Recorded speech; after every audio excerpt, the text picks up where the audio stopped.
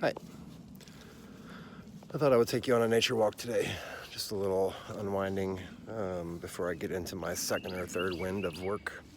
It's Sunday, and one thing I wanted to talk about as far as retirement goes, no matter where you are in your journey, is time management.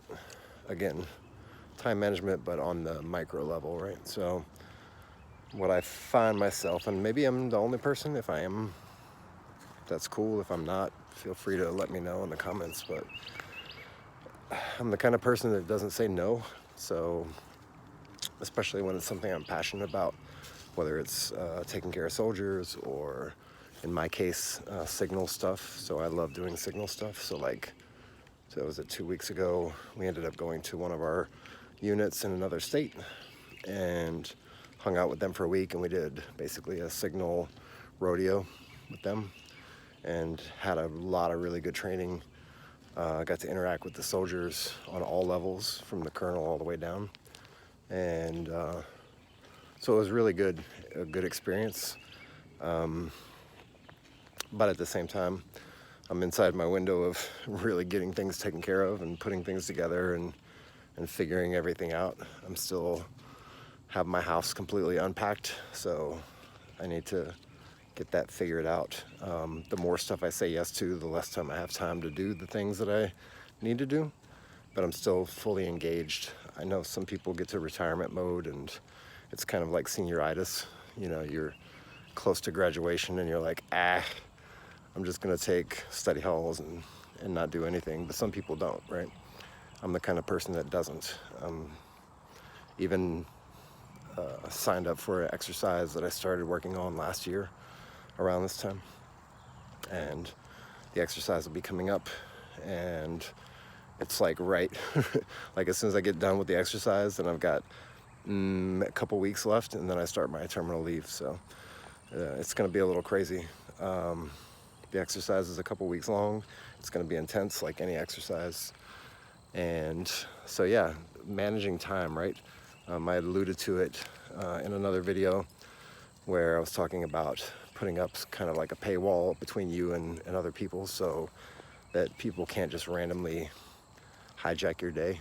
There's a thing called task switching. And basically the idea is that if you're working on something, say in your office, or you're working on a project and you've got a specific time set aside to work on it, then if somebody comes and interrupts that time, it's not just that like 10-minute whatever interaction that you have with them, or if you have to get up and go do something else and then come back and get engaged with your project.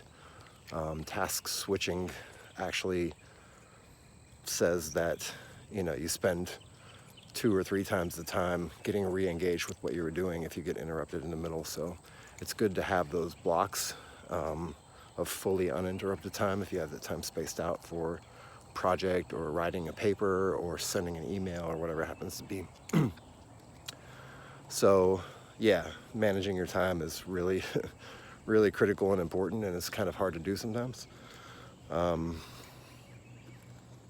again, maybe you're the kind of person who doesn't know how to say no, or maybe you're the kind of person who says completely no and stops going to work for, you know, the last 6 months or whatever it happens to be. So in my case, putting that paywall, I call it a paywall, but it's not really a paywall. It's more of like somebody contacts me from LinkedIn or whatever for a job interview, or somebody wants to sit down and talk about something work related, or if I need to give a quick impromptu class to, you know, a staff section or whatever it happens to be for whatever IT tool that they need help with. I generally have them schedule time, and I've found a tool. I mean, there's plenty of tools out there like Calendly and things like that that you can use for free, and you can actually block off the times throughout the week, day or night, and have time blocks preset, so that when you give them the link to your Calendly or whatever it happens to be, your scheduling application, then they can go in there and they can find the time that's good for them, or maybe 2 or 3 times that are good for them, and they can actually schedule those times with you. Generally, they can't schedule on the same day, so if they call you up and like, hey, I need to talk to you today, and we need to do it at 3 o'clock. They can't really do that, right? They have to wait at least a day before they can schedule time with me. But that allows me to better manage my time and also be better prepared for whenever I have to do a sit-down conversation with somebody, whether it's if I need to brief, the staff or whatever it happens to be, even my personal stuff as well. And that allows them to schedule the time based on what they have available, and allows me to prepare and be ready to go when it comes time for the call. I've actually also kind of shifted that over to my team. So I work with the G6, which is the automations folks. And we've actually starting to come up with a way to do that with our users, because we're still kind of half in COVID, half out of COVID, and not everybody comes to the office. So what we do is they'll put in a trouble ticket. Generally, they'll send us the trouble ticket number, so we have it and we can track it. And we're taking it a step further where we can say, okay, you've created the trouble ticket for your computer problem, and now you want to take that trouble ticket and actually go to a calendar where you know what times you can schedule in-person time, or if we need to meet up or do something, and you can actually schedule that time with a specific tech for a specific reason. So then we can prepare and know like how to best serve the users, so we're not wasting their time, they're not wasting our time, right? So that kind of idea you can take beyond just your personal journey to retirement. But again, time management, and then also acting like you're retired before you retire, right? So I kind of use that as my philosophy for whenever anybody asks, right? That's what I'm doing. I'm trying to act like I'm retired before I'm retired. Things like this, like nature walks, right?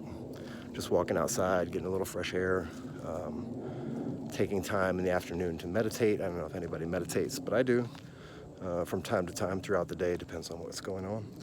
So yeah, actually setting aside those blocks of time and preparing for the time when I'm not going to be in uniform. I potentially may or may not be working at a job, right? I want to set up and space out my time and the things that I do, my little routines. So like my morning routine, I read a couple lines, I read one chapter from a book that I read continuously, and then I read a couple pages from another book. It's like my daily kind of start, and then I start my day, right? Then I go shower and I go do all that stuff. Usually I try to set it up that way. It just depends on the day and what's going on. But yeah, creating that space where you can move freely and feel like you can get the stuff that you need to get done personally, because there's a whole bunch of stuff. And if you're not retiring, or if you're not in the process of retiring, you don't really understand that unless you're actually in it. So it's hard to explain that to people. But it's something you have to do, right? You have to set that space, and you have to set that boundary so that other people can respect your boundaries and you can respect their boundaries as well, and their time, and not waste their time. So just something to keep in mind. Time management is very important. And again, depending on who you are, how you are, you may work all the way up to the very last day, very diligently, or you may be the kind of person to just step all the way back and not work. And either way is fine. There's no right or wrong answer, right? I mean, everybody's retirement journey is their own, and everybody's got their own circumstances. So I would just keep that in mind as far as being able to better manage your retirement and your time, and so that you leave yourself enough space to be able to do that without over stressing yourself, without super high anxiety levels and like over caffeination or or drinking too many glasses of wine at night to go to sleep because you can't, because your brain doesn't turn off. Just some things to think about for your mental health, at least. And with that, I will let you go. We're almost at 10 minutes, so if you would, please, I would appreciate it deeply. If you find this useful and interesting and it's helpful, go ahead and share it out. Feel free to share it out. I've got a page set up with my little countdown timer.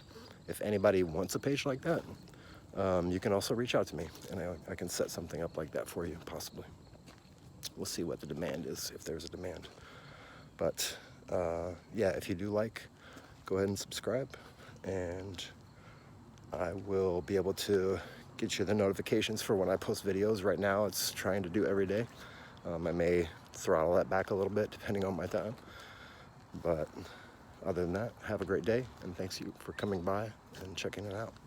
And I hope I was able to help you out a little bit today. I'll talk to you later.